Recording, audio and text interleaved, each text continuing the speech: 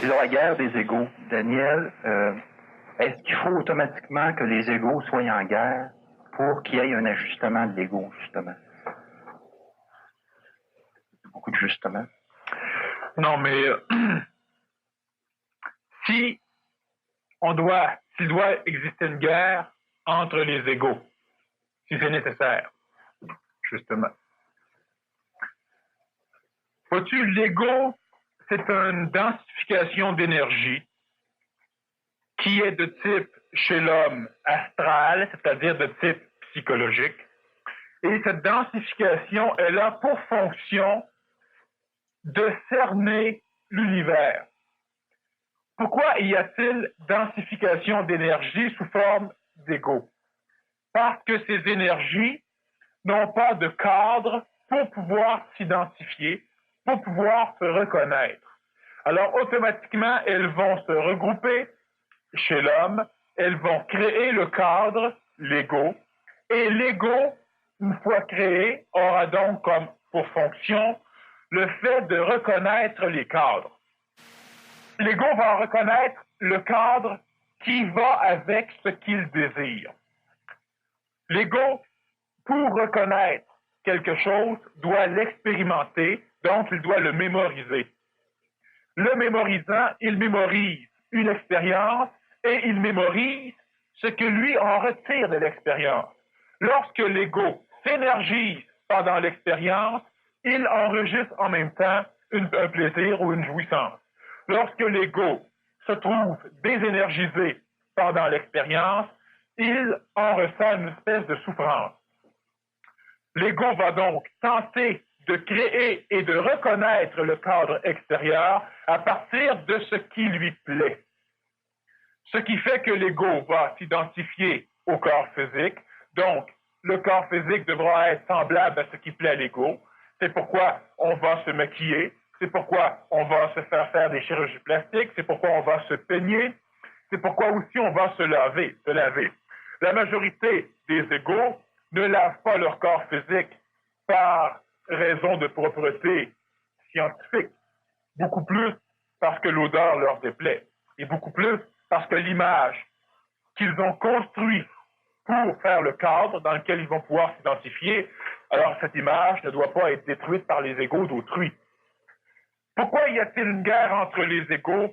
L'ego se doit de travailler de façon à pouvoir reconnaître l'extérieur, quitte à transformer l'extérieur pour que l'extérieur puisse être reconnu par l'ego. Sinon, l'ego ne peut pas reconnaître l'extérieur. Autrement dit, tu dois décider qu'il y a un dieu de la pluie, étant donné que tu ne comprends pas le mécanisme de la pluie. Tu transformes la réalité extérieure pour pouvoir la reconnaître. Et l'ego va donc vivre sécuritairement dans un monde géré par 95 dieux, si 95 états de la nature sont inexpliqués. Si je dois construire le cadre extérieur pour pouvoir me retrouver et me reconnaître, je dois construire un cadre familial, je dois construire un cadre de travail, un cadre social, pour pouvoir me retrouver. Me retrouver veut dire me sécuriser. Lorsque l'ego, lorsque l'énergie qui essaie d'évoluer et qui est suffisamment intelligente pour découvrir qu'il y a des effets dans le monde de l'évolution, mais suffisamment stupide pour découvrir qu'il y a des causes, cet ego va essayer de créer la cause, d'inventer la cause pour expliquer l'effet, sans rechercher à vérifier la cause qu'elle a inventée. Et si l'ego a une explication à quelque chose, il est sécuritaire. L'explication, qu'elle soit du domaine du fictif ou du domaine du réel, cela n'a aucune importance pour la psychologie humaine, cela n'a aucune importance pour l'ego, du moment que ça explique, que ça permet de construire ce cadre. Mon ego rencontre ton ego. Mon ego va donc essayer de transformer, de te transformer, de s'arranger pour qu'elle puisse te reconnaître comme l'ego veut que tu sois. Et ton ego fait la même chose. Donc, automatiquement, ton ego essaie de me manipuler de façon à me transformer pour pouvoir être assujetti à toi, et le mien essaie de te transformer pour pouvoir te reconnaître, pour pouvoir être sécure.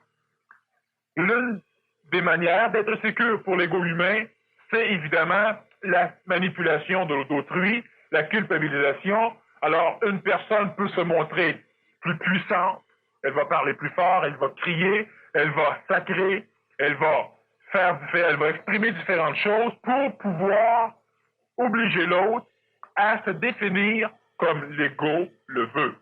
Si tu as peur de moi, je me sens sécure. Et c'est la même chose pour toi. Dans un contexte familial, dans un couple, il y a deux égos qui ont une tendance normale à vouloir construire un cadre qui pourra être reconnu par un des deux égos et l'autre fait le même travail.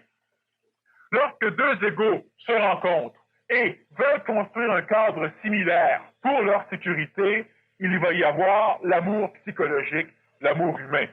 L'amour qui va être exprimé parce que tu vas te sentir sécurisé s'il y a un contact entre toi et une autre personne. Mais l'expérience de la vie, ce qui donne l'expérience à l'ego, ce qui nourrit la mémoire de l'ego, étant différente pour les deux égos, étant donné que soit que l'un reste à la maison, l'autre travaille, soit que chacun travaille différemment, les expériences de vie sont différentes. Donc, le cadre qui a tendance à être créé par les deux égos va avoir une tendance à changer au rythme du changement des égos, c'est-à-dire au rythme du changement de l'expérience des égos. Lorsque les deux égos similaires qui veulent construire un cadre sécuritaire similaire vivent des expériences différentes, ces deux égos se transforment donc différemment et continuellement le même processus va être en opération. L'ego ici va vouloir créer le cadre qui est continuellement changeant. Chaque personne veut améliorer sa vie, chaque personne veut améliorer sa maison, redécore différemment, bouge les meubles dans sa chambre, on retransforme. Lorsque les deux égos ont des expériences différentes après leur rencontre, ils vont avoir une tendance à imposer le changement à l'autre égo. À l'origine, les deux visaient la même chose, 10 ans après, les deux visent deux choses différentes.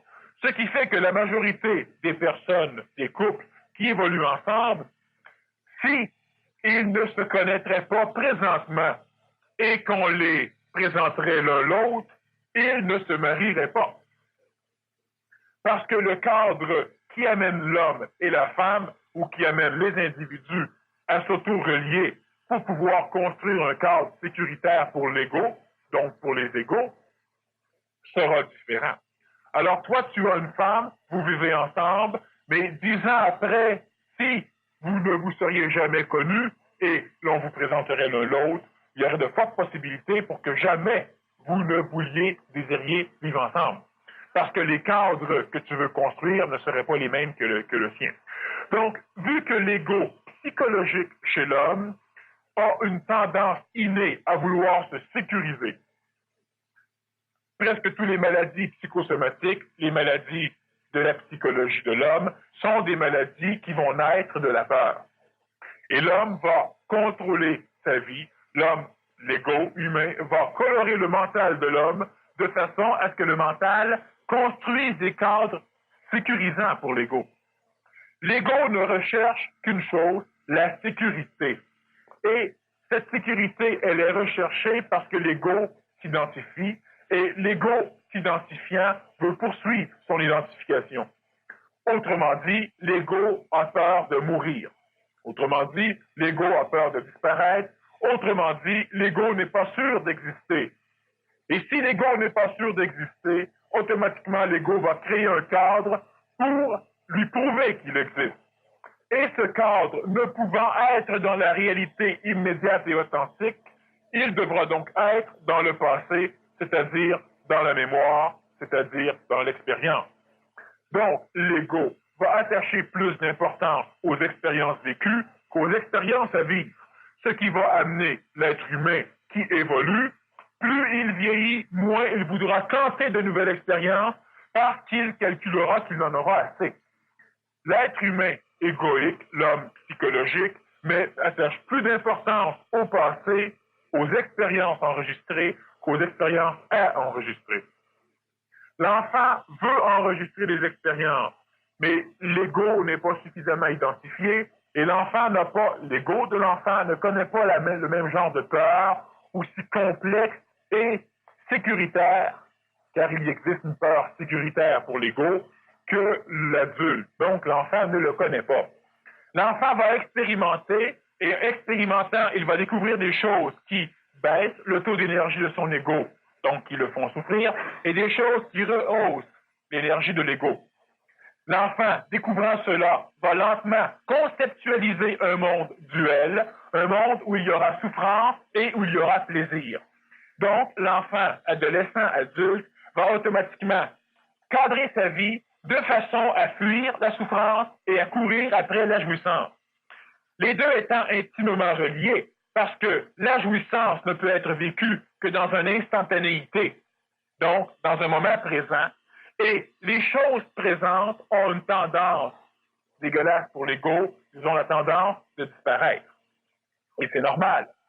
Vu que le présent disparaît, mon verre a une certaine quantité d'eau, si j'en bois, le niveau diminue, donc mon présent se transforme, disons que présentement l'eau s'évapore, mais c'est pas perçu par l'ego. Le présent se transforme. Cela ne peut être sécuritaire pour l'ego, donc l'ego refuse obstinément de vivre le moment présent parce qu'il ne peut reconnaître de cadre dans lequel il pourra dire « je suis ». L'ego va donc s'attacher au passé, c'est-à-dire que j'ai eu un verre plein, donc j'ai possédé. J'ai travaillé aujourd'hui, donc j'ai vécu, donc je vis. Mais le « je vis », intègre toute la vie du passé, aller jusqu'à maintenant où l'ego le dit. Mais ce « je vis » n'intègre jamais l'avenir. L'homme qui pense à son avenir, pense toujours à son avenir en fonction de son expérience, en fonction de son passé. L'homme qui veut construire dans l'avenir ne construit pas d'une façon intelligente, mais il construit de façon à ce que cela lui plaise, de façon à le rassurer. Quand j'aurai tel âge, je dois avoir telle sécurité. Donc, l'homme vit le moment présent à construire une sécurité pour l'avenir, et lorsqu'il sera dans cet avenir, il pourra dire « je n'ai pas vécu, j'ai passé ma vie à construire maintenant. Et maintenant que j'ai quelques années à vivre, qu'est-ce que je fais avec ce maintenant? » Et là, l'homme découvre qu'il a perdu 70 années de sa vie à bâtir le maintenant, et le maintenant, construit comme il est, lui apporte l'idée qu'il doit vivre au jour le jour. Donc, il a perdu encore une fois le passé. Et l'homme découvre cela toujours parce qu'il ne vit qu'en fonction de son passé. L'ego de l'homme, qui est l'homme, parce qu'on pense souvent que l'homme a un ego. Dans la réalité ésotérique, cela est vrai. Dans la réalité psychologique de l'homme, cela est faux. L'homme n'a pas d'ego. L'homme est l'ego. Dans la réalité vraie, il y a un ego psychologique dans l'homme, de même qu'il y a ou qu'il va y avoir un ego vital, un ego physique et un ego mental. Parce que la guerre des égos, elle va évidemment toucher deux égos séparés qui vont se rencontrer et qui vont essayer l'un l'autre de se manipuler. On appelle ça s'accorder. Et lorsque l'accord n'arrive pas suffisamment rapidement, ou lorsque l'accord demande trop de dons de la part de l'un ou de l'autre, l'accord vire en guerre d'ego. Les genres de guerre d'ego, il y a la guerre de l'ego mental qui va lutter contre l'ego psychologique de l'astral. Ça, c'est une guerre d'ego qui va naître chez les personnes qui se conscientisent surtout. Il n'y aura pas de guerre entre l'énergie supramentale et l'énergie mentale. Mais il y en aura une entre le mental et l'astral. Le mental voudra donc imposer son propre rythme, qui sera un rythme intelligent et logique, en accord avec les lois du plan matériel planétaire, et l'ego de l'astral luttera parce qu'il voudra toujours imposer son cadre fictif d'évolution, dans lequel on retrouve un Dieu bon qui va te servir, qui va te sauver, qui va venir punir tes ennemis, qui va te donner de l'abondance, qui va t'assurer ton pain quotidiennement. Un Dieu qui est ton esclave, l'ego peut se permettre ce luxe. L'ego va se permettre aussi de refuser des événements réels et d'accréditer des événements fictifs.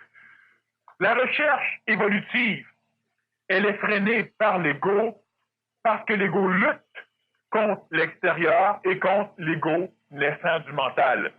Lorsque l'ego croit à quelque chose, comme à la réincarnation, un exemple que je reprends souvent, l'ego croit à la réincarnation parce que la réincarnation lui assure sa survie après la mort du corps physique. Mais cette assurance, elle est fictive. Mais elle est suffisante. L'ego n'a pas besoin d'expérimenter la réincarnation pour pouvoir dire que c'est vrai. Juste le fait d'y croire permet à l'ego de bien dormir et permet à l'ego de mieux vivre. On appelle ça du positivisme. Et le positivisme, c'est le même genre d'expression maladive ou fictive que le négativisme, sauf qu'il énergise l'ego de façon à lui permettre de vivre des expériences. Alors donc, c'est plus bénéfique pour l'expérimentation de l'ego que le négativisme, mais lorsque l'ego se suffit dans le positivisme, il suffit de voir une chose laide et de se dire que c'est beau. Quand cela suffit à l'ego risque de passer sa vie à vivre dans un monde de plus en plus illusoire et de plus en plus éloigné de la réalité. La guerre des égos, elle existe parce qu'il y a égos. Et lorsqu'il y a égos, automatiquement, il devrait y avoir friction entre les égos, parce que chaque égo essaie de s'identifier pour se sécuriser. Et tu as un ami, on est sécure ensemble, et de temps en temps, on va se chicaner, parce que le cadre que je veux imposer n'est pas le cadre que tu veux imposer. Lorsqu'il y a égos, il y a automatiquement, on parle d'égos psychologiques, cela va de soi, il y a automatiquement établissement d'un cadre qui permet à l'ego de pouvoir dire qu'il est là. Et l'ego va bâtir toute l'évolution des corps et des plans inférieurs en fonction de prouver qu'il est là et de se sécuriser dans le fait qu'il est là. Pourquoi l'homme veut évoluer? Parce que l'homme égoïque tient à connaître qu'il va continuer à vivre après la disparition du corps physique. On n'a pas besoin de lui prouver, on a juste besoin de le convaincre, c'est-à-dire qu'on a juste besoin d'énergiser suffisamment l'ego avec la théorie pour que l'ego dise « ça a de l'allure, c'est vrai, j'y crois ». Et le fait que l'ego croit pour l'ego, c'est la même chose que de dire « cela est vrai ». Mais si cela est faux, l'ego s'en fout. L'ego naissant mental va vouloir expérimenter l'événement que l'ego psychologique croit, et l'ego psychologique ne voudra pas. C'est la deuxième guerre d'ego qui va exister entre le mental d'une personne qui se conscientise et sa psychologie qui refuse que l'on vienne fouiller dans les cadres. Pourquoi la majorité des maîtres ne veulent pas que leurs disciples aient voir dans d'autres écoles? Parce qu'il a peur que le cadre qu'il a instauré, un cadre sécuritaire, qui est sécuritaire pour ses disciples, mais qui est d'autant plus sécuritaire pour lui qu'il a des disciples qui vont y croire. Et si ses disciples s'en vont ailleurs et découvrent qu'effectivement, on a des meilleurs cadres ailleurs, ben, il perd de ses disciples, donc il perd lui-même confiance en son cadre. Et cela le frustre. Est-ce qu'un ego, Daniel, peut finir par avoir confiance de façon absolue en lui-même? Autrement dit, en réel, c'est pas possible. Jamais. L'ego qui donne l'impression qu'il a une confiance absolue en lui-même est un ego suffisamment puissant pour manipuler les égos des autres. Et lorsque quelqu'un n'est pas manipulé par lui-même, il se sent frustré. Cela ne va pas. Prends un sergent dans l'armée qui commande à tout le monde, cela va bien. Est-ce qu'il est totalement sécuritaire dans un contexte et dans un cadre qui peut être les forces armées? Oui. Et dans le cadre où tous les soldats qu'il a sous la main ont peur de lui et obéissent. Mais lorsqu'une tête forte embarque dessus, on doit la briser et coûte que coûte. Surtout pour l'ego militaire qui, disons, vénère les grades, donc automatiquement il y a une intelligence dans le grade, mais ce n'est pas nécessaire de détruire l'intelligence dans l'inférieur pour prouver l'intelligence dans le supérieur. Et ça, c'est ce qu'on revoit dans les forces armées. On le revoit aussi à l'école, souvent, chez les éducateurs. On le revoit dans plusieurs cadres sociaux, religieux, philosophiques, ésotériques, spirituels, etc. Un grade qui dégrade, ça. Oui. Le fait de l'ego a besoin d'être en dessus, au-dessus, pour pouvoir toujours se donner l'impression que le cadre que lui a est un cadre réel. Je suis grand prêtre, j'ai besoin de fidèles, parce que si personne ne croit en ce que je dis, je risque de douter moi-même de ce que je dis. Donc, j'ai besoin de fidèles, ce qui fait que je vais dire à mes fidèles, croyez et vous serez sauvés, et en plus, je dois dire à mes fidèles, portez la bonne parole. Plus il va y en avoir de convaincus, mais ça, je ne sais pas, plus il y en a qui vont venir ici, plus il y en a qui vont venir ici, plus je vais me sentir sécure. Donc, l'ego lutte continuellement, et l'ego qui donne l'impression d'être totalement sécure ne l'est pas. Sauf si le mental domine l'homme. Si le mental domine l'homme, l'ego psychologique n'est toujours pas sécure, mais il a appris à s'en remettre au mental pour que le mental gère sa vie. Donc, automatiquement, on a un homme qui n'est pas un homme psychologique, qui est capable de s'exprimer, de vivre, d'expérimenter. Les énergies qui évoluent continuellement dans le plan évolutionnaire, disons d'une planète qui est reléguée dans le temps et dans l'espace, on a des énergies qui ont une tendance à augmenter en vibration, c'est-à-dire à s'élever. L'homme est le rassemblement de 4 énergies planétaires qui ont une tendance à s'élever, donc à évoluer. Mais il y a toujours des énergies galactiques qui, eux, ont une tendance à descendre, à baisser leur taux vibratoire. Ce qui fait qu'on a donc des énergies descendantes, supérieures à l'énergie planétaire, donc à l'homme, et des énergies ascendantes ou évolutives, inférieures aux énergies supérieures, c'est-à-dire extraterrestres, qui sont involutives. Qu'est-ce que l'énergie vient foutre? Pourquoi l'énergie doit-elle être descendante? Pourquoi Dieu s'intéresse-t-il à l'homme? Pas parce que Dieu a un amour psychologique et il va se sentir coupable si l'homme fait des mauvaises choses ou si l'homme disparaît. Ce n'est pas la raison qui amène les énergies supérieures à descendre. L'énergie, pour pouvoir se libérer du contexte du temps et de l'espace, c'est-à-dire l'énergie, pour pouvoir se libérer de l'évolution, elle doit expérimenter l'évolution. Tu ne peux contrôler une chose que tu ne connais pas parfaitement. Les énergies supérieures sont reliées, sont limitées, sont conservées dans un espace clos qui s'appelle le temps. Et lorsqu'il y a du temps, il y a de la matière. Parce que lorsqu'il y a du temps, la matière a le temps d'exister. Et lorsqu'il y a du temps, il y a automatiquement existence de quelque chose. Lorsqu'il y a du temps, il y a de l'espace, et lorsqu'il y a de l'espace, il y a du temps. Les deux sont la même chose, ils sont reliés, et ils ne peuvent vivre qu'ensemble. Lorsque l'énergie supérieure descend dans le plan planétaire, elle diminue son taux vibratoire. C'est-à-dire qu'elle se densifie. C'est-à-dire qu'elle rentre dans un endroit temporel où le temps est plus dense. Donc, elle ne peut pas passer aussi rapidement, ce qui fait qu'elle ralentit. La planète Terre est localisée dans une galaxie qui s'appelle la Voie lactée et elle est localisée dans l'extérieur de la galaxie.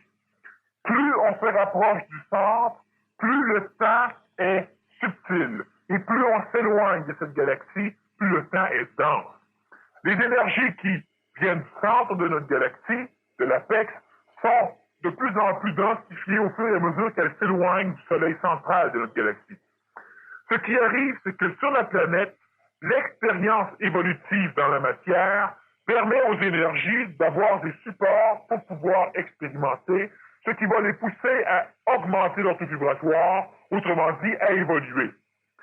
La matière physique évoluant va être capable d'accepter une autre forme d'énergie, l'énergie vitale, qui, elle, à son tour, va accepter l'énergie astrale, qui va accepter l'énergie mentale, ce qui donne l'homme.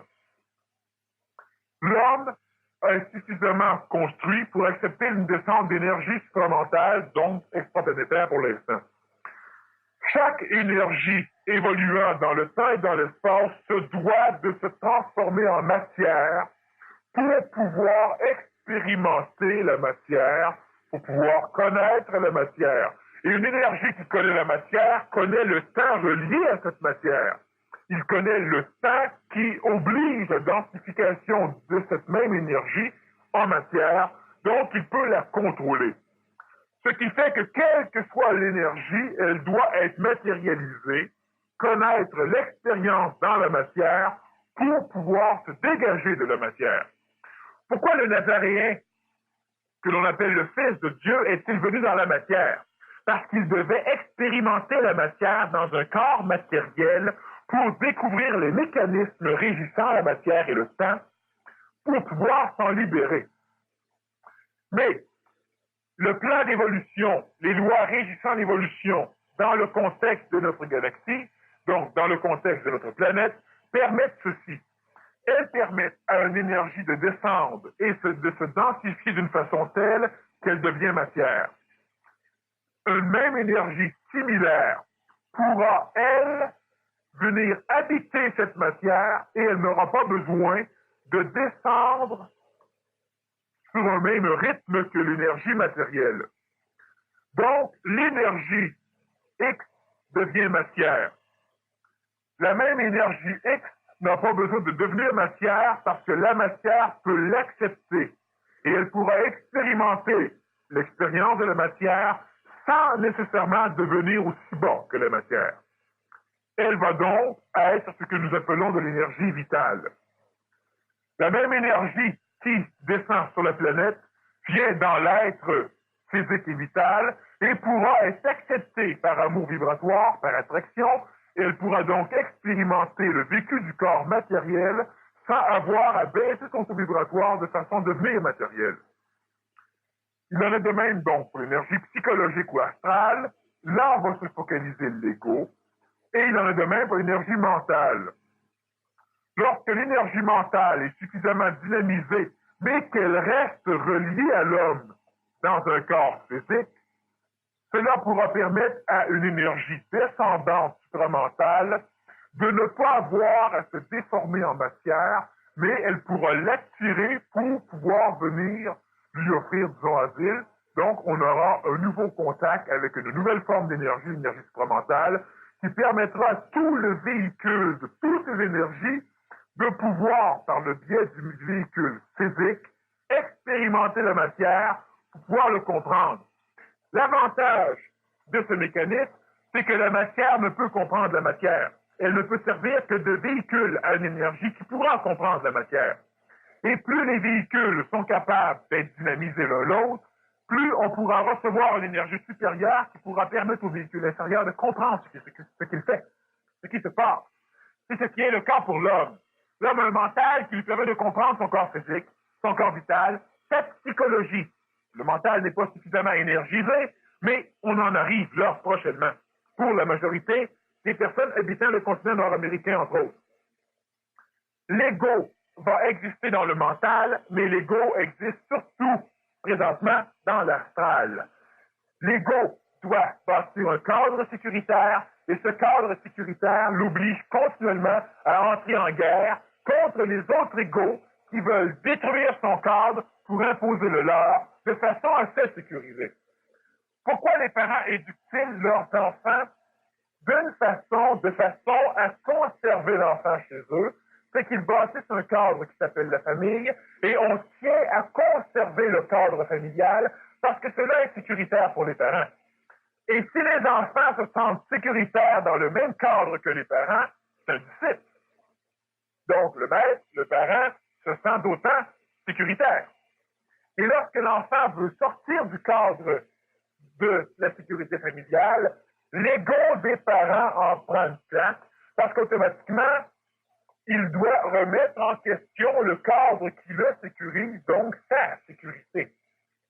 Ton enfant n'expérimentera pas les mêmes choses que toi. Il ne voudra pas devenir prêtre, il voudra devenir punk. Il ne voudra pas devenir médecin, il voudra devenir chômeur. Il ne voudra pas devenir professeur, il voudra devenir musicien. Il n'y a pas d'emploi là-dedans, il n'y a pas plus dans l'autre, cette réponse. Alors, ce qui fait que le cadre qui normalement régit ta sécurité égoïque est continuellement lacéré par l'extérieur et dans un cadre familial par les enfants, qui, eux, ont leur propre ego, donc ils voudront imposer aux parents le cadre familial qui leur plaît. Et cela est totalement normal. L'enfant voudra imposer aux parents tel genre de musique, tel genre d'amis, tel genre de cigarettes, tel genre de boisson, tel genre d'études, tel genre de mécanisme familial, et les parents devront être éduqués par les enfants ou ils devront lutter contre les enfants. Alors, on ne veut pas, plus il y a d'expérience dans l'astral planétaire, plus il y a de possibilités de créer des égos forts dans l'individu. Parce que l'astral planétaire vient nourrir l'ego de l'individu. Donc, plus nous évoluons, plus les enfants vont se rebeller contre ce qui est déjà existant. Il y a l'époque où vous êtes rébellés, mais très silencieusement et jamais autant. Mais plus on avance, dans mon temps, je ne faisais pas, mais dans ton temps, tu ne pouvais pas faire.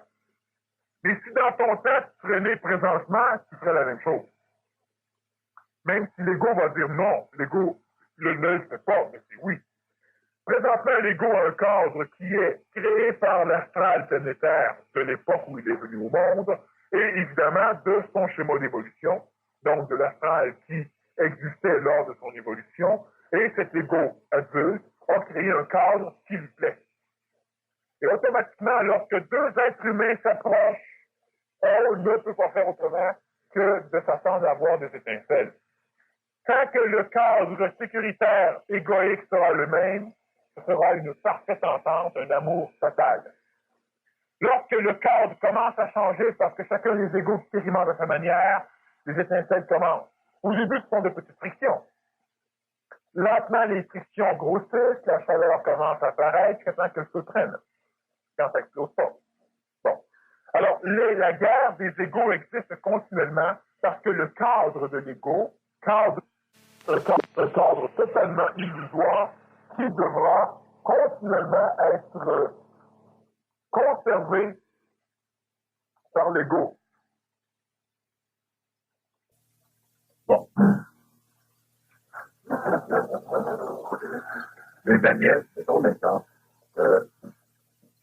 bon, ok. Mettons, tu me dis, qui t'as pas d'organisation, ok? C'est vrai. C'est vrai. À ce moment-là, ça me frustre pas, ok? Parce que c'est quelque chose que j'ai imbécile. Parce que c'est quelque chose que je sais. Ok? Pas que je suis imbécile, mais que je sais. Ok? En tout cas, c'est déterminé. Mettons que tu me dirais, par contre, mettons que tu me mettrais en doute sur quelque chose que ça fait peut-être 10-15 ans que je me bats et que je crois. Et à ce moment-là, bon, là, c'est pas encore assez. Mais disons qu'à un moment donné, il va finir par vibrer mon ego. Mais encore là, ça dépend qui me le dit. Si c'est quelqu'un que j'ai pas de crédit dans cette personne-là, dans le sens, là, tu peux le remettre en question. Mais si tu as du crédit, c'est que lorsque tu t'approches de la personne, ton cadre de sécurité implique que la personne en fait partie. Alors, elle peut venir briser un peu, mais tu peux l'écouter, tu es en sécurité parce qu'elle fait partie de ton cadre. Mais lorsque la personne ne fait plus partie du cadre, donc tu ne la critiques plus autant, elle ne peut pas venir percer ta barrière égoïque autant. La personne que tu vénères va te dire, tu devrais t'habiller différemment. Ah ben peut-être. Le gars qui passe sur la rue, tu regardes, puis il dit la même affaire. Ah là, tu t'arrêtes un peu. Parce qu'il y en a un qui fait partie de ton cadre sécuritaire, tu l'écoutes comme l'enfant, longtemps, va accepter dans son cadre sécuritaire ses parents. Jusqu'au jour où il voudra simplifier un peu plus, et le parent va refuser, donc, refusant, lentement, le parent va être exclu du cadre sécuritaire. À un moment donné, quand le parent va vouloir parler, l'enfant ne pourra pas l'écouter. C'est un conflit de génération, mais c'est un conflit d'ego. C'est pas un conflit de génération. Les adultes s'entendent au final entre eux qui s'entendent avec les enfants. C'est pas un conflit de génération. Ouais, c'est ça qui fait qu'à ce moment-là, si la personne est, comme on vient d'expliquer, est en confiance, tu crois dans son crédit, à ce moment-là, tu vas l'introduire, tu vas rentrer en dedans. Sinon, tu vas le retourner contre l'autre ego. Hein? C'est tout le processus. être dans l'énergie d'un autre, c'est accréditer l'autre. Donc, l'autre, son énergie, vient énergiser notre cadre égoïste de sécurité. Être dans son énergie, cela veut dire évidemment avoir son propre cadre de sécurité. Mais être dans son énergie, lorsque l'on parle du plan mental, cela veut dire être capable de percer. On laisse faire le cadre sécuritaire de l'ego parce que l'on découvre que ce n'est pas un cadre illusoire qui va nous permettre à un moment donné de comprendre et de s'en sortir, mais c'est de le cadre réel. Et l'ego va lutter contre la découverte du cadre réel parce qu'automatiquement, c'est la pire menace qu'il aura jamais vécue, la conscientisation ou l'évolution, parce que là, son cadre fictif devra carrément être balayé. Moi, il y a plusieurs personnes qui viennent m'entendre et qui se sentent frustrées. Ils vont dire pour qui tu te prends? Parce que je parle pas au nom de d'autres. Mais si je dis, Bouddha a dit, ah, tout le monde m'écoute. Si je leur dis en pleine face, ah là, c'est pareil sans tout, mais c'est la même chose. Mais si c'est Bouddha, ah, c'est vrai, c'est Bouddha, c'est bien beau. Mais ça change rien parce que j'attaque pas l'ego. Et l'ego est le frein dans l'évolution, donc on doit agresser l'ego. Qu'est-ce que l'évolution fait chez vous? Elle agresse continuellement votre ego. Votre auto, elle est toute crottée. Quelqu'un passe, puis vous dit, vous devriez la laver plus souvent. Là, vous pensez que c'est vous que devriez vous laver. L'ego est continuellement agressé parce qu'il implique dans sa sécurité un cadre qui n'est pas réel. Ton auto rouille, tu as l'impression que c'est toi qui rouille. Fait que tu as patte, tu l'adores, tu la changes, tu la caches, tu fais quelque chose avec. Ou ton char, tu t'en fous, mais tu es aussi habillé comme ton char, donc tu fous de toi. Tu te la poses souvent que tu la ton char, mais il y a des relations que tu peux faire. Ce qui va arriver, c'est continuellement. La personne qui est crottée que son char est propre, c'est simplement qu'elle s'identifie plus dans son auto que dans son corps. Donc, elle lave son char, elle se sent propre. Il y a plusieurs personnes qui sont comme ça, qui vont arriver extrêmement bien habillées pour chez vous, mais vous n'inviteront pas chez eux.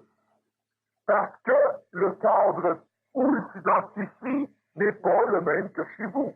Toi, je vais chez vous, c'est toujours propre, tu peux pas, tu trembles de des palpitations, vraiment qu'il y a une affaire qui croche, si quelqu'un vient.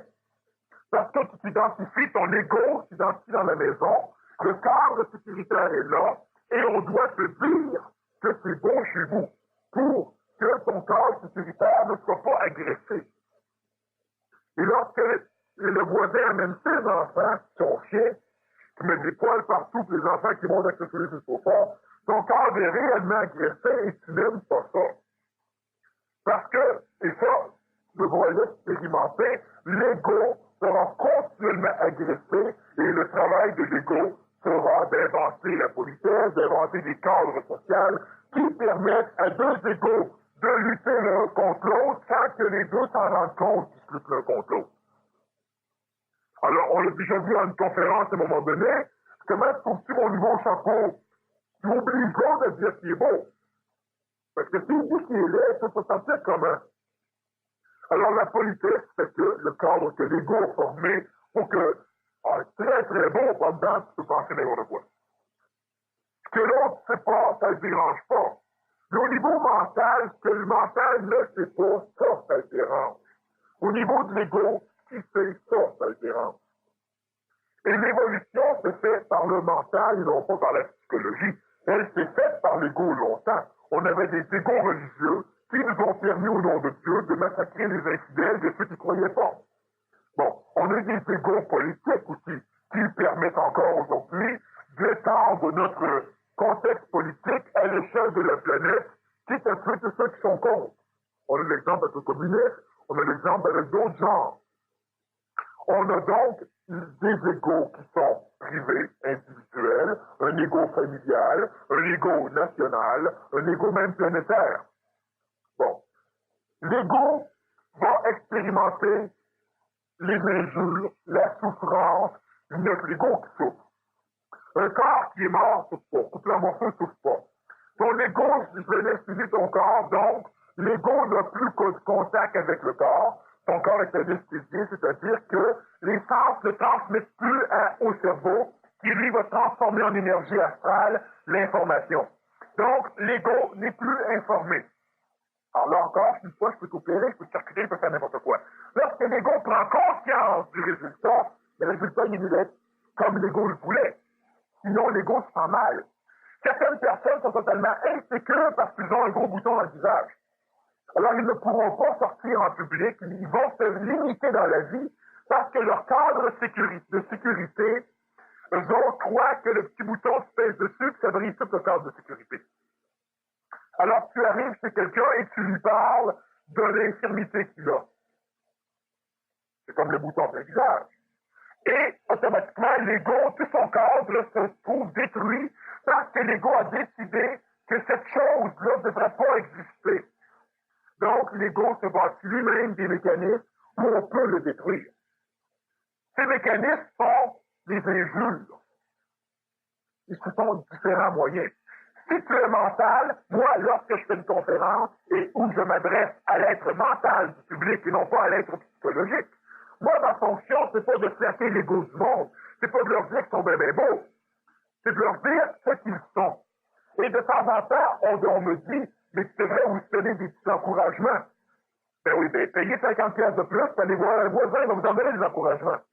Mais moi, je suis pas là pour vous dire, ah ben, vous ne travaillez pas assez fort, mais vous faites quand même ce que vous pouvez faire, c'est bon, lâchez pas, c'est parfait. Ça fait des milliers d'années qu'on le dit au monde, puis le monde, ben, qu'il reste ce qu'ils sont. Flatter l'ego, c'est une chose. C'est quoi flatter l'ego? C'est simplement venir nourrir le cadre de sécurité ou venir dire à l'ego que le cadre est bon. C'est moi, j'ai peur de telle chose, et je pense que c'est normal dans l'état où je suis. Ah, c'est totalement normal. Ah, ben, c'est normal, c'est bien correct. Mais si c'est complètement anormal, ah là, c'est comment c'est peurant. C'est anormal, c'est en train de devenir un dieu, c'est normal pour un dieu. Ah, là, ça va bien. Qu'est-ce qui est anormal, puis qu'est-ce qui est normal? Il n'y a rien d'anormal. Ce qui arrive, arrive.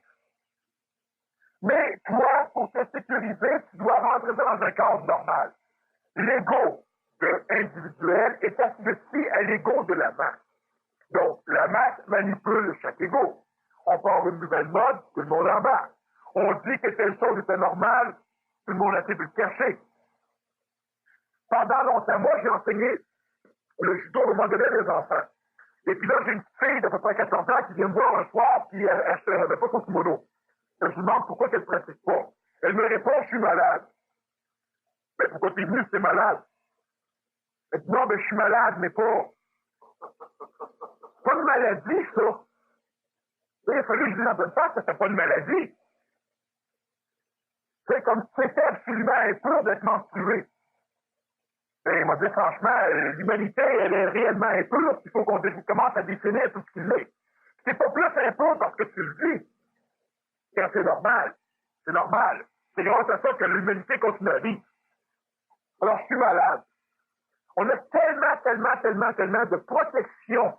Elle avait cru, parce qu'on lui a inculqué, que pour la sécurité psychologique, ben ces choses-là, ça se passe peut-être juste en femme, ou ça se passe pas du tout, ou un paquet d'affaires. Mais je sais que l'éducation, longtemps, a dit que c'est une maladie. Il y en a qui se rendent malades avec ça. Mais Daniel, si on regarde une personne se lève le matin de bonne humeur, tout ça, elle est capable d'en prendre, son ego est capable d'en prendre. Mais quand la journée est avancée, qu'elle commence à être fatiguée, se fait plier ses pieds, c'est une autre affaire. Voilà.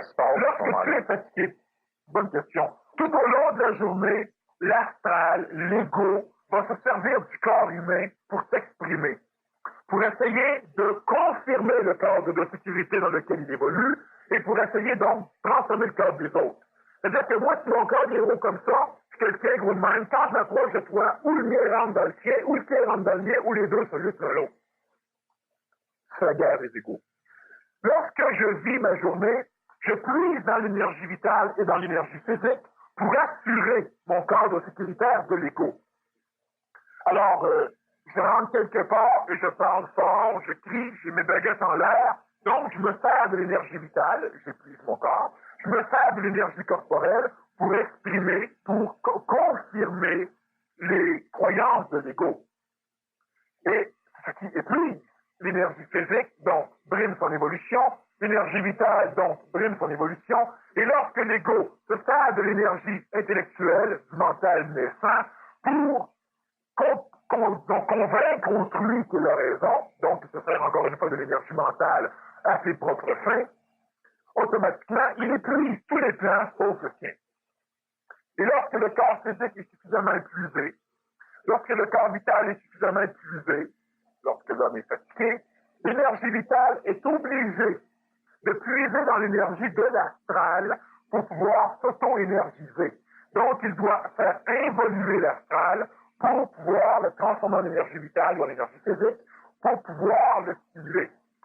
L'énergie astrale, l'extrêmement fatigué, et il y a un accident ou il y a quelque chose de dangereux pour toi, ton corps physique n'est plus fatigué, ton corps vital n'est plus fatigué, tu es debout, tu peux courir longtemps. Donc, tu es capable de transformer volontairement par ta psychologie heureuse de l'énergie du bas astral en énergie vitale et physique pour dynamiser ton corps pour pouvoir faire quelque chose.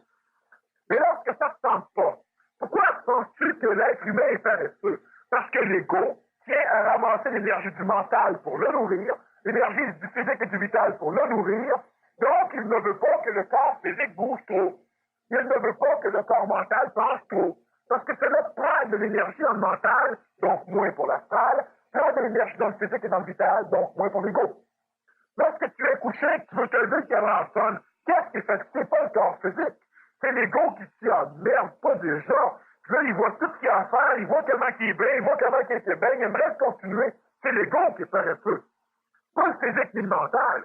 Le mental, il pense. À un moment donné, l'ego vient dire, ouais, donc, si tu irais prendre une bière, ça fait mieux. C'est l'ego qui est paresseux. Il n'y a rien d'autre que l'ego qui est paresseux, qui est peureux, puis qui a tous les problèmes de l'homme. Tu es fatigué, donc automatiquement, l'ego va bien, et tout d'un coup, ton corps physique commence à puiser dans l'ego, dans l'astral, pour se dynamiser. Si ton corps va être couché, fait qu'il puise dedans. Là, quelqu'un rentre, agresse l'ego. L'ego est déjà tellement occupé à essayer de ne pas donner d'énergie que quand tu pénètres, alors automatiquement, il n'en a pas suffisamment pour lutter, c'est-à-dire pour te convaincre, pour préserver. Alors automatiquement, la colère, c'est-à-dire qu'une forme d'expression de l'ego, une forme sécuritaire de l'ego, une espèce de soupape de sécurité, va entrer en fonction. Ça va être la colère, ça va être l'irritation, qui est facilement irritable. Donc, automatiquement, tu réagis rapidement parce que la dose d'énergie de l'ego, elle est diminuée parce que captée par l'énergie vitale et physique, et c'est normal qu'ils en captent. Le corps physique doit vivre en priorité bien avant l'ego. Donc, automatiquement, tu n'as pas l'énergie suffisante pour pouvoir assurer ton corps. Donc, la colère dynamise, énergise, et normalement, la colère est suffisante pour écraser l'autre. Alors, ton enfant vient te voir, t'es fatigué, tu donnes 3-4 bêtises, puis ça va, puis ça rapide le reste de la soirée. C'est la même chose pour à peu près n'importe quel genre d'événement où l'être humain étant fatigué devient beaucoup plus colérique et irritable. Et c'est normal parce que l'ego a une perte d'énergie qui est captée par l'énergie vitale et physique qui en ont besoin. Tout au long de la vie, l'ego se dynamise à partir du corps physique, du corps mental et du corps vital. Alors, à un moment donné, karma. Dans une fatigue extrême, tu vas voir que le mental se met à faire passer tout un scénario qui empêche même la personne de dormir et qui a une perte d'énergie encore. Lorsque tu es suffisamment fatigué ou lorsque tu es dans un état où l'ego s'est vu suffisamment puiser de l'énergie pour qu'elle ne puisse même plus émettre la colère, émettre des mécanismes de protection, automatiquement le corps physique du librement, le corps vital commence à se réénergiser. Cela ne veut pas dire que tu pourras courir. Ça dépend de l'état de faiblesse que tu es rendu. Mais l'ego n'est plus suffisamment dynamisé qu'il est prêt à accepter n'importe quoi, c'est-à-dire qu'il n'a plus d'énergie pour assurer son mécanisme de sécurité illusoire. Alors, soit que si le mental est suffisamment dynamisé, le mental se met à fonctionner, ça va être le but d'un jeûne prolongé dans une tentation, par exemple, comme les Amérindiens le faisaient, et comme différentes religions l'ont fait, épuiser le corps physique suffisamment et purifier en même temps des toxines du corps physique pour puiser dans l'ego l'énergie nécessaire à la survie du corps. On ne sait pas pourquoi on le fait, mais c'est le résultat que cela m'a donné. Donc, après un certain laps de temps, l'ego est suffisamment détruit, mais non pas détruit à coup de marteau, pas dans une guerre d'ego, que le mental peut commencer à fonctionner et à énergiser d'une manière reprogrammer l'ego de façon à ce qu'il laisse libre chemin au mental et aux énergies inférieures. plus tu vas être fatigué, plus tu vas être colérique jusqu'à un point où tu ne seras plus.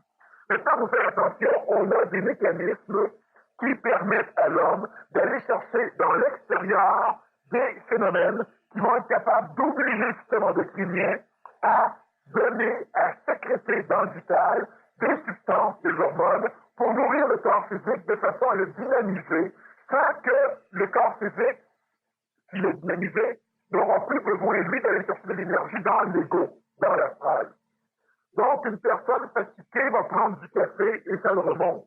Qu'est-ce que cela fait? Cela fait que biologiquement, on a donc des sécrétions hormonales, on a des correspondances chimiques qui donnent au corps le dynamisme temporaire nécessaire pour que l'ego puisse s'en servir de façon à continuer à expérimenter ce qu'il veut expérimenter et pouvoir continuer à se dynamiser. Sans que le physique puisse venir tirer de l'énergie de l'ego.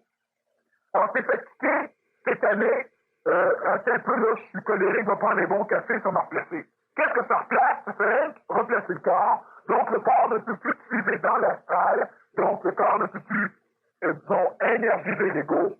Et l'ego se sent mieux. Une cigarette va donner le même genre de phénomène, sauf que la cigarette, elle a aussi un processus qui est cérébral, qui est différent. Donc, automatiquement, plus l'être est fatigué, plus cela est évolutif s'il est dans un cadre évolutif intelligent. Cela va faire en sorte qu'on va épuiser dans l'ego, dans l'astral. Donc, lentement, l'ego va devoir nourrir son astral, son cadre de sécurité pour pouvoir sentir qu'il existe, et lentement, le mental peut finir par embarquer. Pour ça, certaines thérapies vont obliger la personne à ne pas dormir de la fin de semaine pour se rendre au paroxysme. Exactement. Pour briser un ego, si on prend par exemple l'ego au niveau de camp de concentration ou d'une torture, pour briser l'ego, on va l'empêcher de dormir, ce qui va épuiser lentement toutes les ressources de l'énergie astrale, donc on détruit l'homme. C'est-à-dire qu'on détruit son ego, on détruit l'identification qu'il a lui-même. Et lorsque l'astral va recommencer à se réénergiser, on peut rééduquer, comme l'enfant, l'être pour en le reprogrammer. Donc, on lui a fait un lavage de cerveau et maintenant, il est un ego typique de ce qu'on voulait et il est prêt à fonctionner. Le corps physique ne souffre presque pas de ce phénomène.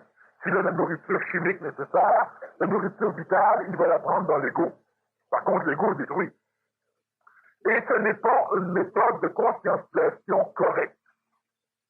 Alors, je préfère préciser, que certaines personnes pourraient commencer à essayer justement de détruire leur ego de cette façon. Lorsque l'ego est détruit de cette façon, il n'y a plus d'ego, cela va de soi. Mais il y a la place pour un autre ego, qui va être construit à partir de tout l'extérieur. L'ego va être détruit lorsque le mental va être suffisamment dynamisé pour lui puiser dans l'ego et transformer l'énergie astrale en énergie mentale. Il n'y aura plus d'ego chez l'homme, plus de guerre d'ego, mais il y aura un mental suffisamment dynamisé. Si présentement on détruit l'ego, on puise dans l'énergie astrale et il n'y a plus. On va avoir l'énergie physique, l'énergie vitale, l'énergie mentale va flotter mais ne pourra plus se relier à l'homme. Parce que l'homme va avoir détruit son énergie astrale. L'énergie astrale devra être balayée, c'est-à-dire être transmuée en énergie mentale, et non pas en énergie vitale. Donc, un lavement de cerveau, ou encore un jeûne prolongé, peut permettre certaines choses lorsque le mental est suffisamment dynamisé pour en bénéficier. Mais, sinon, l'ego va disparaître, et le mental ne sera pas plus existant. On aura l'univers humaine. Si on fait un lien avec l'ego et la réalité. C'est que la semaine passée, moi, il y a quelque chose qui m'a impressionné ce verre-là, quand tu l'as décortiqué le mouvement. C'est comme si à un moment donné, ça fait 2 fois dans ma vie que j'ai un flash où je viens presque proche de voir ce que c'est la réalité. Mais il y a une membrane qui sépare. C'est quoi? C'est l'ego, ça? Non. La histoire de pensée fait office de lunettes soleil ou de diaphragme. Lorsque ton énergie mentale égoïste, l'énergie de l'homme, pénètre, lorsque toi, tu es suffisamment dynamisé, énergisé, pour pouvoir recevoir une dose plus importante d'énergie intelligente, d'énergie supramentale, le focus, le diaphragme de l'auditeur structure de pensée, votre sang va avoir tendance à s'ouvrir. Laissez passer juste ce qu'il faut, mais pas plus. C'est intelligent. Et non pas, cela n'est pas dirigé par je veux en avoir, je veux comprendre, ça marche pas. Alors, tu viens presque à comprendre, et lorsque cela vient, le diaphragme se referme parce qu'on a suffisamment dynamisé, qui a été suffisamment dynamisé pour ne pas risquer de problème. Alors, automatiquement, on referme le diaphragme, ce qui fait que tu ne vois pas tout à fait ce que tu pourrais presque percevoir. L'énergie pénètre et l'énergie ne peut pas être transmise en compréhension parce que tu n'as pas la parole ajustée, parce que tu n'as pas la pensée ajustée, donc parce que tu n'es pas suffisamment en relation, en communication avec ton ajusteur de pensée. Lui commence à faire les premiers pas, et présentement, tu n'es pas encore suffisamment conscientisé pour pouvoir faire aussi, en sens inverse, les pas qui devraient être faits et qui vont être faits à un moment donné. Donc, automatiquement, tu as presque la vision sans la voir. On appelle ça une illumination dans le sens spirituel. Certains êtres ont eu une illumination et se sont nourris tout le restant de leur jour de cette illumination sans se rendre compte qu'ils ont eu une connaissance fondamentale à un moment donné et maintenant elle est expérientielle, elle est astrale et au lieu de s'en nourrir pour diriger sa vie, on devrait maintenant l'oublier pour avoir d'autres illuminations. Alors, c'est simplement ce mécanisme qui s'est passé. C'est comme en fait, pour être en contact avec la réalité, il faudrait toujours que les mouvements de la vie te soient tous décortiqués comme ça, comme tu l'as fait à un instant précis. C'est pas possible. C'est totalement possible à la condition que ce ne soit pas l'astral, l'ego de l'homme qui veulent faire ça. L'ego apprend. La psychologie mémorielle de l'homme apprend et enregistre. Ce que nous disons ce soir est enregistré. L'énergie peut transformer légèrement la compréhension mentale, mais de toute façon, c'est enregistré dans le contexte mémoriel, dans la mémoire, donc cela va nourrir l'ego, nourrir les mémoires volatiles de l'ego, c'est-à-dire nourrir l'âme. Et lorsque cette âme, elle est nourrie, elle essaie continuellement de vivre ce qu'elle a appris. Alors, je te dis un jour, tu réfléchiras d'une façon mentale, totalement conséquentielle, et tu ne souffriras plus. Cela est vrai pour l'énergie mentale. Mais automatiquement, l'ego désire faire ce cheminement. L'ego désire ne plus souffrir, mais il veut continuer à avoir l'impression qu'il existe. Vois-tu, le corps physique existe, mais il n'a pas besoin de preuves. Il ne la recherche pas. Le corps mental existe et il ne recherche pas de preuves. Le corps astral existe et lui veut une preuve. Sa première preuve sera la densification, l'ego. Et l'ego essaiera de contrôler la preuve de façon à ce que ce soit de plus en plus tangible. Si l'ego ignore qu'il existe, il existe toujours. Un enfant qui vient au monde ne sait même pas qu'il vit, mais il vit. Et lorsqu'il aura une soif de savoir qu'il vit pour se sécuriser, il aura automatiquement peur de mourir. Et commence le processus qui pousse l'homme à évoluer. La recherche d'un cadre sécuritaire outre-tombe. Mais le mental n'en a pas besoin, l'ego psychologique en a besoin. Lorsque l'ego va cesser de rechercher à construire un cadre, parce que l'ego a besoin de savoir qui il est, lorsque l'ego dit « je pense donc je suis », en réalité, l'ego dit, devrait dire « je pensais donc j'étais ». Mais il n'est jamais dans la réalité, il était. Je prends conscience que je pense, et c'est toujours mémoriel, donc j'étais. Mais il se complaît à dire je suis. Il n'est jamais rien d'autre qu'une illusion, qu'une réplique de la réalité. Mais celui qui n'a pas conscience qu'il existe ne peut pas souffrir non plus. Lorsque le Bushido, le code du guerrier samouraï, déclarait que le meilleur des savoirs-vivre, c'est le savoir mourir. Cela est totalement authentique et cela est l'apanage de l'énergie mentale qui essaie de dresser l'ego. Tu ne pourras pas vivre pleinement, totalement, authentiquement et tenter des expériences bénéfiques que si tu n'as pas peur de perdre la face ou de perdre la vie. Lorsqu'une personne perd la face, lorsque l'ego est magané lors d'une guerre d'ego, l'ego va mettre plus d'énergie à reconstruire l'image qu'il pourrait en mettre à essayer de vivre. Une personne qui se suicide est une personne qui n'a plus d'image. Et elle ne luttera jamais pour vivre. Tant que la personne a une image sécuritaire autour d'elle, l'ego va vouloir donc continuer à vivre, conserver la vie dans le corps humain. Mais la personne va mettre beaucoup plus d'énergie à préserver son image, parce que c'est l'ego qui domine, c'est l'ego qui veut vivre, et l'ego qui n'a plus d'image, qui est en correspondance avec ses désirs, ne voit plus d'utilité à la vie. Il ne voit plus de plaisir à la vie. Il finit par dire à quoi bon vivre. Tout ce que j'ai essayé n'arrive pas. J'ai tout perdu ce que j'avais. Et c'est normal, tout le monde perd continuellement ce qu'il a.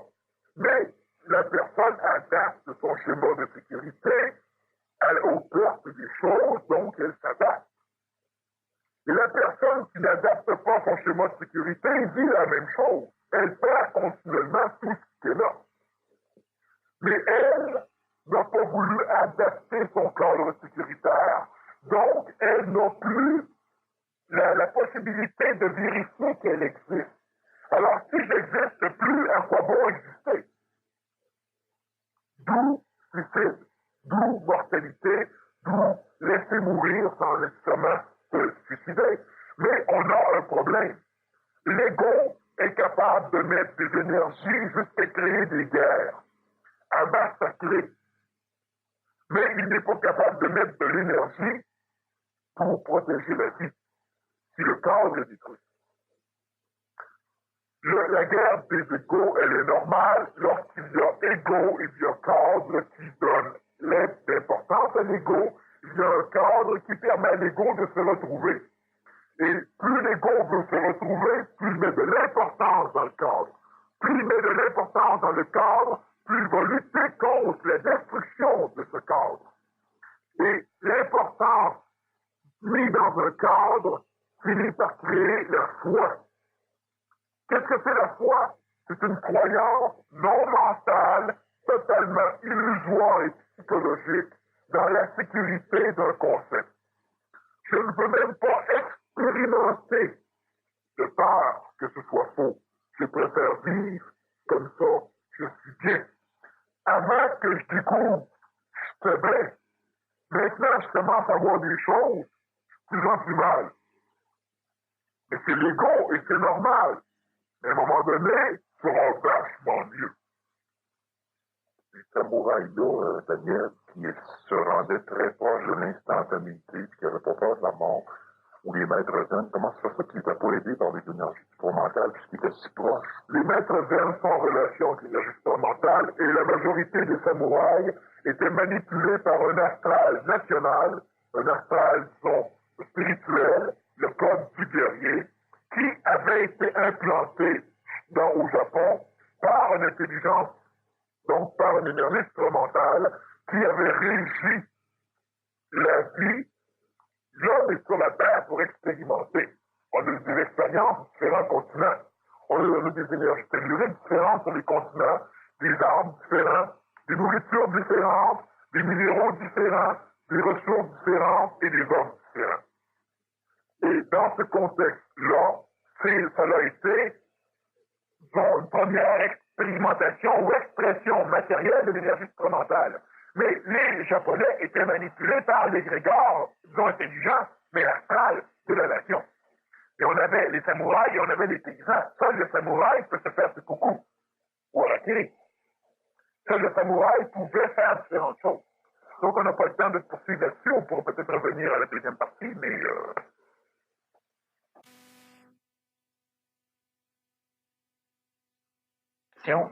Quel est le processus de l'impression d'une publicité sur l'ego pour qu'une personne achète un produit quelconque? Robert.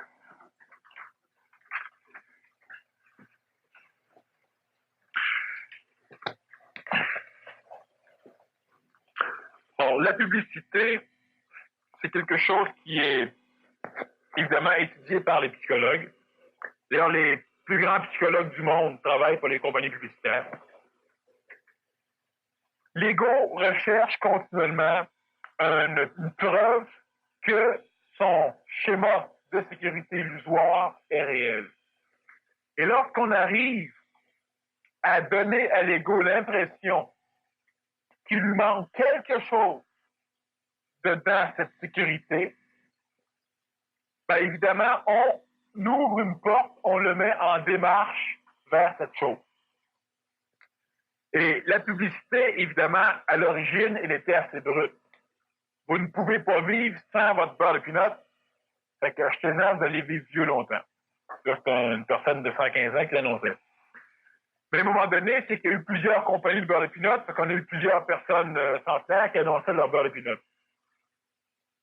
Fait que tu voulais avoir un bouton, ben t'allais acheter tel pot parce que tu regardais le bonhomme à la télévision, fait que t'avais le choix. Ce qui arrive, c'est que présentement, on a tellement de concurrence et l'homme se conscientise, même l'homme de masse se conscientise quand même assez rapidement. Alors, ce qui fait qu'on est obligé de passer par des moyens presque subliminales, par des moyens que la conscience astrale ne peut pas détecter, mais que l'astral mémorise. Et une fois que l'astral l'a mémorisé, lentement, ça revient à la conscience de l'ego, et l'ego ne sait pas d'où ça vient, et vu que ça vient de lui-même, puis de l'intérieur et de l'expérience, il l'accrédite comme étant vrai. Donc, automatiquement, il va agir en fonction de ce qui lui a été donné, sans que consciemment il le sache. La publicité va simplement essayer de te prouver que tu vas... Qu'est-ce que l'ego recherche? On l'a vu, l'ego recherche le plaisir. Le plaisir, évidemment, c'est tous ses synonymes.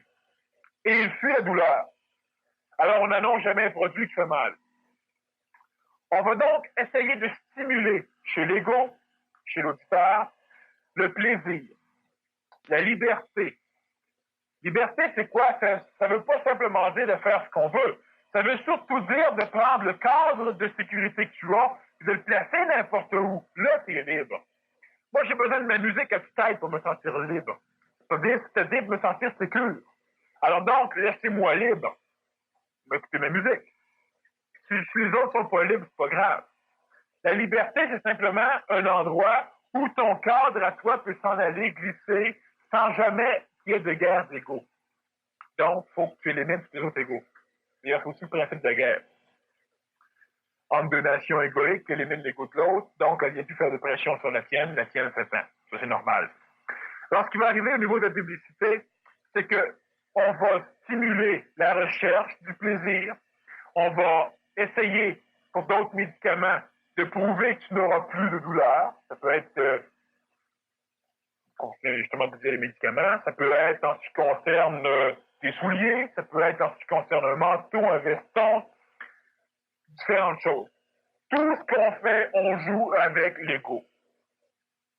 Si on regarde, par exemple, certaines formes de hamburgers qui font que plus tu achètes là et que tu es spécial, plus tu as de personnalité. La personnalité, c'est quoi? C'est simplement l'image. Et ton image est là, elle est placée dans une normalité. Plus une personne a de la personnalité, cela veut dire plus l'ego de la personne a un schéma sécuritaire qui bouscule les autres. Quand tu rentres avec ta grosse barrière égoïque, ben, tout le monde te regarde en disant « Wow! » Bon, tu bouscules les autres. Donc, tu as de la personnalité. Alors, plus tu as de la personnalité, plus on flatte ton ego. Alors, viens ici, et ici, on va te dire comment beau tu es, l'ego. Comment intelligent tu es, l'ego. C'est pas l'estomac qui se déplace, c'est l'ego. Il veut même pas jouir du hamburger. Il veut simplement, inconsciemment, avoir l'impression que ça fait partie de son cadre de sécurité, tout est parfait. Je suis sûr qu'ils mettent plus de cornichons maintenant sur le hamburger. Parce qu'il y a plus de monde qui ont beaucoup de personnalités qui vont là. Alors là, on a simplement joué avec cette phase de l'ego. Si tu remarques, quelle que soit la forme de publicité, elle est toujours basée sur les mêmes mécanismes. Tout ce qu'il y a, c'est que l'ego, se conscientisant, découvre un mécanisme, tu ne peux plus l'employer. Alors, tu rechanges. Tu prends, par exemple, 2 verres d'eau et on dit que ce verre-là, tout le monde en boive que l'autre. Si tout le monde le fait, si tu le fais pas, c'est que c'est normal. Et comme ton ego, elle est manipulée par l'astral collectif, il y a donc un ego collectif qui te force aussi à réagir. Alors, où ton apprentissage te dit, et là, la publicité marche à l'envers, et c'est ce que les publicistes essaient d'éviter. Hein? Tu annonces ton produit, puis tu vends celui du voisin à la place, ce qu'on essaie d'éviter, c'est normal. Alors, où tu vas te dire, ben, si tout le monde le fait, moi, je le fais pas. Alors, il faut que tu t'arranges pour savoir qu'il y a plus de populations qui vont accréditer le fait que tout le monde le fait, tu vas le faire. Donc, automatiquement, la personne qui goûte une bouteille de boisson noire et puis qui vient absolument au nuage, plus besoin de méditation, c'est rien qu'à t'acheter une bouteille de coke, par exemple, ben, évidemment, la personne recherche encore le bien-être et ce bien-être va être sécuritaire si la masse le fait. Donc, on va avoir des concurrences entre un et l'autre. Tu as énormément, par exemple, une chose, familialement, le cadre familial va définir que pour te sentir sécuritaire, tu dois aimer tes enfants.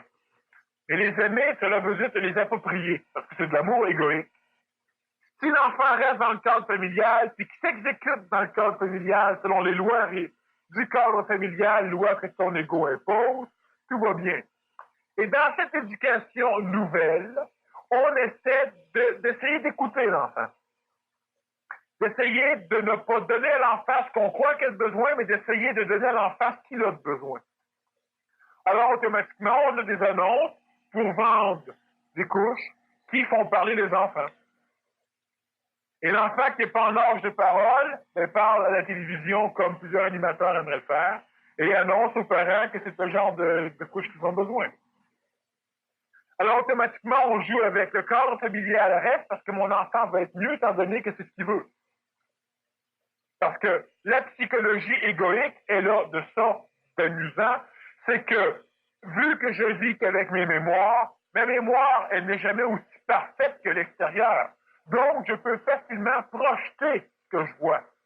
Je vois un enfant, ma mémoire, je vois mon enfant, je n'arrive pas à le définir clairement.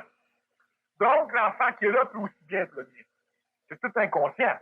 Alors, lui me dit que tel genre de produit, c'est meilleur pour lui, et c'est possiblement ce que je vais faire. Et toutes les compagnies, maintenant, des enfants animateurs qui animent les parents à la télévision. Bon, parce que c'est normal, parce qu'ils ont vu qu'effectivement, ça marchait, puis s'ils ne font pas la même chose, ils vont perdre parce qu'ils n'ont rien de mieux. Alors, la publicité, elle est là simplement pour le rôle de publicité, évidemment, c'est de communiquer un produit. La publicité, c'est essentiel. Mais dans une publicité de masse, pour vendre des produits qui sont utiles, bien, on essaie de s'arranger pour amener le plaisir ou faire fuir la souffrance. Et on va jouer donc dans le cadre qui amène la sécurité à la personne. C'est là-dedans qu'on va jouer. Est-ce plus évolutif de vivre auprès d'un autre ego où il y a une friction qui peut servir au polissage ou de vivre seul? Si la personne, elle est énergisée mentalement, elle va devoir vivre en relation avec d'autres égos et le polissage pourra avoir lieu. Si la personne, elle n'est que psychologique, de temps en temps, c'est de beaucoup préférable de quitter la personne. Alors, au lieu que deux égos s'auto-détruisent mutuellement, c'est-à-dire quand on dit qu'elles s'auto-détruisent, c'est qu'ils se transforment, mais seulement l'un par rapport à l'autre. C'est normal que des égos se transforment. Mais lorsque ton ego se transforme juste à partir de l'expérience que tu vis avec moi, et non plus à partir de l'expérience du reste en plus de moi, là, on peut dire que tu te détruis. Et là, c'est très, très, très dangereux pour l'évolution de ton propre ego. Donc, c'est préférable de qu'on se sépare. Alors, si tout le monde se heurte continuellement, il n'y a pas de problème. Mais si moi, je viens te voir, puis je veux jaser, je peux pas parce que tu as un problème avec ta femme, puis ton travail, ça marche plus, tu as un problème avec ta femme, puis en fin de compte, les deux égos se frappent, alors tout l'extérieur n'a plus d'influence sur l'évolution des égos, ce n'est que le mari et la femme qui s'expérimentent l'un l'autre, c'est pas évolutif. Dans ce temps-là, c'est préférable qu'ils se séparent. Mais si en plus de ces frictions, tu es capable de vivre à l'extérieur, de découvrir des choses, mentalement, tu vas être capable de finir par éliminer la friction. Et je vous dirai pas pourquoi, parce que ça peut être dangereux si l'ego découvre à un moment donné comment éliminer la friction, parce qu'au lieu que ce soit le mental qui va faire la démarche d'éliminer la friction, c'est l'ego qui va le faire pour manipuler l'autre. Ils sont pas intelligents. Intelligents, je ne sais pas comment. Notre personnalité existe grâce à notre ego, mais cet ego nuit à notre personnalité. Pourtant, sans cet ego, nous serions tous pareils, un peu comme des robots. Présentement, on a eu une école où on obligeait un uniforme, une cravate, veston, pantalon de ville, souliers de ville. Les étudiants ont décidé et ont dit à la direction qu'ils étaient comme des robots. Ils voulaient avoir leur propre personnalité. Alors, en fin de compte, on a accrédité l'idée des étudiants et on a éliminé l'uniforme. Dans notre matin, ils sont tous rentrés, pantalon bleu, jeans, coat, jeans, ribbon shoe. Bon, tout le monde était bleu. Alors, dans quel moment ils avaient plus de personnalité? L'égrégore de la masse dirige l'homme. L'homme est manipulé par l'extérieur et par l'intérieur. Alors, ce qui fait que ce n'est pas parce qu'une personne a une personnalité qu'il a une personnalité, ou qu'il n'est pas un robot. Présentement, tout le monde se lève approximativement à la même heure. On fait différentes choses similaires, très réglées. Et si je mange plus vite qu'un autre, j'ai une personnalité, donc je ne suis pas un robot. Quelqu'un qui est mental va finir par avoir une personnalisation mentale suite à l'identification mentale. Donc, elle n'est pas un robot, mais elle n'est même plus manipulée par la masse. Elle devient donc une exception. Une personne que l'ego collectif va vouloir rejeter ou imiter. Un ou l'autre. S'il brise trop dangereusement les formes de la collectivité et la forme sécuritaire de l'ego, on veut le rejeter. Pourquoi les sociétés refusent les marginaux?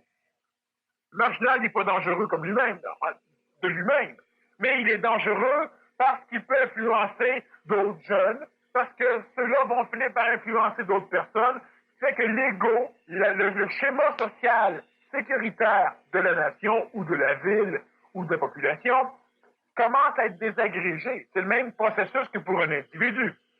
L'homme vit seul, après vivre seul, il vit dans sa famille, après vivre dans la famille, il est relié dans un ego. Ça peut être un ego municipal, ça peut être un ego spirituel, un ego national, il est relié à un ego de plus en plus grand et c'est le même phénomène. La population canadienne, elle est un individu par rapport aux autres nations. Si le drapeau américain entre en guerre, c'est les États-Unis qui rentrent en guerre, c'est donc la population qui devra fournir la guerre, exactement comme chaque cellule de ton corps se démène pour pouvoir nourrir ou exprimer ton ego, chaque individu de la nation est une cellule et devra se démener pour pouvoir nourrir ou exprimer l'ego de la nation. Les États-Unis ont été bafoués. Qui c'est qui a été bafoué? Pas le boulanger dans sa boulangerie. Qui a été bafoué? Personne. Même pas le président. Mais il y a un égrégore national qui est représenté par le drapeau qui fait que ça a été bafoué. Mais qui? Personne. mais qui, tout le monde. Alors, ce qui fait qu'on est prêt à faire des choses d'envergure internationale parce que un phénomène illusoire a été bafoué. Une impression. L'ego est un mécanisme qui nuit à l'évolution et qui nuit à la personnalité du mental, mais il ne nuit pas à la personnalité de l'astral, c'est lui-même. Et cette personnalité astrale fait que lorsque tu perds quelque chose, tu dois souffrir. Et lorsque tu gagnes à la loterie, tu dois être content. Et si c'est pas être robotique, la psychologie, qu'est-ce qu'elle fait? La publicité, qu'est-ce qu'elle fait? Elle se fie à ce que l'homme est un robot. Elle sait que si elle met ça là, la masse réagit de même.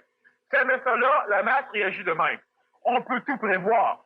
Et le bon psychologue est celui qui comprend suffisamment la manipulation, donc qui peut comprendre les mécanismes qui vont lui permettre, lui, de manipuler les autres. Alors, l'ego a besoin d'être flatté, l'ego a besoin de fuir la douleur. Si je promets telle chose, si je donne des petites choses, enfin, on organise tout ça, et la masse réagit en fonction de ça. Présentement, à Los Angeles, les maisons qui se vendent le plus cher sont les maisons qui sont sur des failles sismiques. Bon.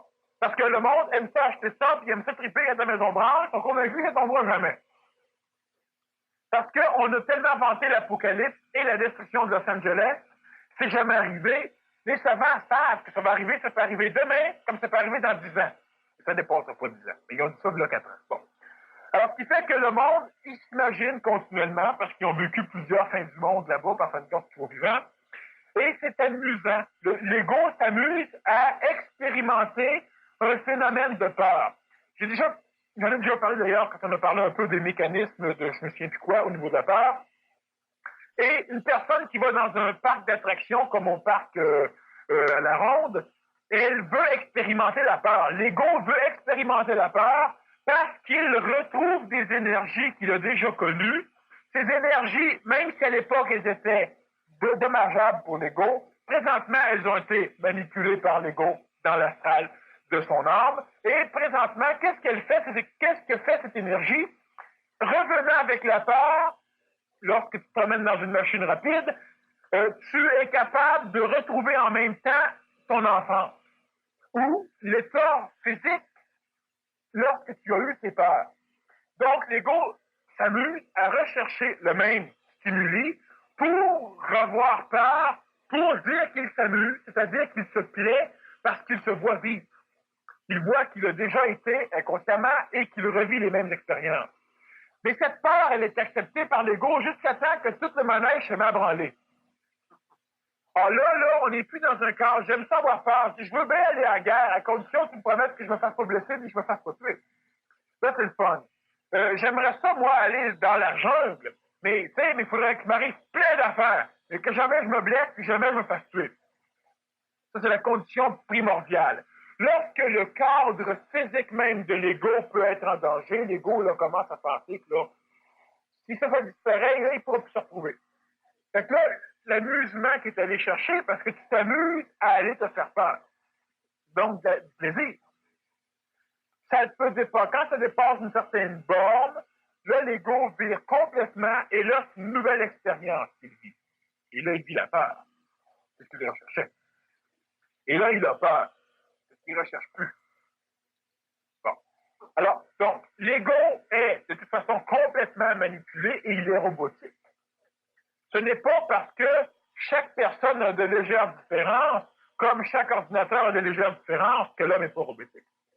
Lorsque l'ego disparaît, c'est-à-dire lorsque l'énergie de l'astral vient énergiser l'énergie mentale, et que le mental est capable de s'identifier, le mental va dire « je pense », donc je pensais. Il est identifié. Il sait ce qui se passe. Le mental va vivre plus dans la réalité. Il va plus dans la réalité, plus.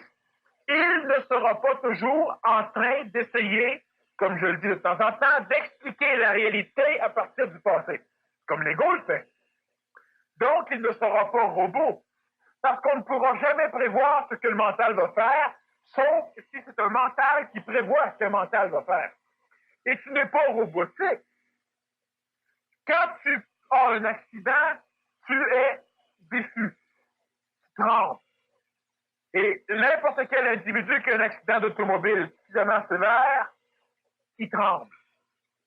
Et si parmi vous, il y a du monde qui vont dire « Ah oui, moi, ça ne m'arrivera pas. Moi, j'ai fait 5 ans d'ambulance, j'en ai vu des accidents, tous ceux que j'allais chercher là n'étaient pas blessés, faites-moi confiance qu'ils cherchaient une place cette fois. » Bon. Et plus il y avait de véhicules de sécurité qui arrivaient, plus l'individu s'écroulait vite. Alors, il était capable d'étoffer longtemps, l'ambulance arrivait, là, il parlait un peu avec les ambulanciers, puis là, les ambulanciers le remontaient à temps. Là, on allait la foire, puis là, ça allait bien. Il était capable de se dynamiser suffisamment longtemps, mais quand la sécurité arrivait, il était carré de mettre de l'énergie pour sécuriser, il préférait profiter de l'occasion de l'énergie des autres, puis là, il s'écrasait. Et ça, c'est régulièrement comme ça dans des situations où une personne prend panique. Lorsqu'on vient l'aider, c'est là qu'elle tombe. Ça, c'est stupide. C'est robotique, c'est prévisible. Si tu es mental, tu as un accident, moi, je peux te dire que mentalement, si de telle situation, il va agir de telle manière parce que c'est intelligent. Mais tu n'es pas plus robot que celui qui agit inintelligemment. Celui qui agit d'une façon égoïste. J'ai failli perdre tout mon moi-même. Oh. Là, tu es là, puis tu te trompes, puis ça s'envoie d'un bord puis de l'autre, puis tu ne te rends pas compte de rien d'autre. Et si ton cadre de sécurité, c'était ta femme, ben là, j'ai failli perdre mon moi-même encore, mais qui est représenté par ta femme. Ou par ton char. Ça, c'est pas mal. Il y a des fois où les ambulanciers vont devoir amener une personne, elle n'a rien, mais elle se promène sur le métropolitain, parce qu'elle s'en va tout partout, parce que quand tous les chars sont arrêtés là, parce que c'est pas ce qu'elle fait. Elle est intacte. Puis tout ce qu'elle dit, mon char, mon char, mon char, mon char. Elle pense peut-être pas nécessairement à son char. Elle pense à son schéma de sécurité, qui a failli être abîmé. Elle a failli mourir. Puis là, elle s'en va. C'est déjà arrivé, c'était tellement amusant parce que le gars avait déjà eu un accident sur l'aile gauche en arrière, sur l'aile droite en avant. Il y avait un côté en arrière de pocket, puis il venait de taper l'autre bord. Puis là, il était là, mon char, puis il se promenait dans la rue. Il n'y avait aucun blessé, mais il a fallu qu'on l'amène. Ça fait ça un choc nerveux. Mais le choc nerveux, qu'est-ce qu'il fait? Il fait simplement qu'il déconnecte le mental, l'ego prend la place, mais l'ego n'est même plus conscient qu'il est là. Il n'y a que les mécanismes de programmation astrale qui se mettent en marche, mais ces mécanismes sont complètement idiots. Ils n'ont pas été bâtis de façon à servir. Ils ont été bâtis parce que de toute façon, ils sont bâtis. Alors, à un moment donné, ça s'exprime de n'importe quelle manière. Lorsque le mental programme quelque chose, c'est dans un but. Lorsque l'astral programme quelque chose, c'est dans un amusement. Et quand ça va servir dans quelle situation, ça, on ne pense jamais. Quand est-ce que vous pensez comment réagir lors d'un accident? Ou comment, de temps en temps, le mental d'une personne ou l'ego, pour se sécuriser, va essayer de prévoir. Mais il va prévoir que si le feu prend, je prends l'extincteur là, puis je vais là. Mais ce qui n'est pas prévu, c'est qu'il ne sera même pas capable de dégoupiller l'extincteur tellement il va avoir de la tremblote. C'est ça qu'il faut voir. Ça, il ne l'a pas prévu. Alors, ton schéma extérieur, s'il est brisé, si tu es mental, tu réagis d'une façon intelligente, conséquentielle, et tu n'es pas programmé. Parce que le mental d'un homme, l'identification mentale va agir seulement et exclusivement d'une certaine façon lors de certains événements. Mais l'ego de la masse, l'ego astral de la masse, elle est réellement plus robot. Parce que dans 150 événements, ils vont tous réagir de la même manière. Si l'événement fait peur, ça réagit comme ça. Si l'événement amène du plaisir, ça réagit comme ça. Alors, tu peux avoir 25 sortes de peur, même réaction. 25 sortes de plaisir, même réaction. Au niveau mental, tu as une chose, une réaction. Une autre chose, une autre réaction. Toujours une réaction la plus efficace possible, dépendant des énergies évolutives chez l'homme, par rapport à l'événement. Alors, tu es de moins en moins robot, moins tu es égo, astral. Plus l'être est mental, moins il y a d'ego, et moins il y a d'ego, moins l'être est un robot. J'ai deux questions. Des personnes qui ne sont jamais admises, qui demandent la définition d'un ego, puis une troisième personne qui demande si, en fait, si tu pourrais, en voulant dire, si tu peux passer la même énergie si tu parles moins fort. Ah ben, il suffit juste de baisser un peu le micro. Et de vérifier le son. Maintenant, c'est une chose qui est assez importante, c'est qu'on ajuste souvent le système de son par rapport aux autres conférenciers. Et quand c'est mon tour, on le baisse de moitié. Et encore là, des fois, c'est un peu fort. L'énergie, elle passe comme elle passe, mais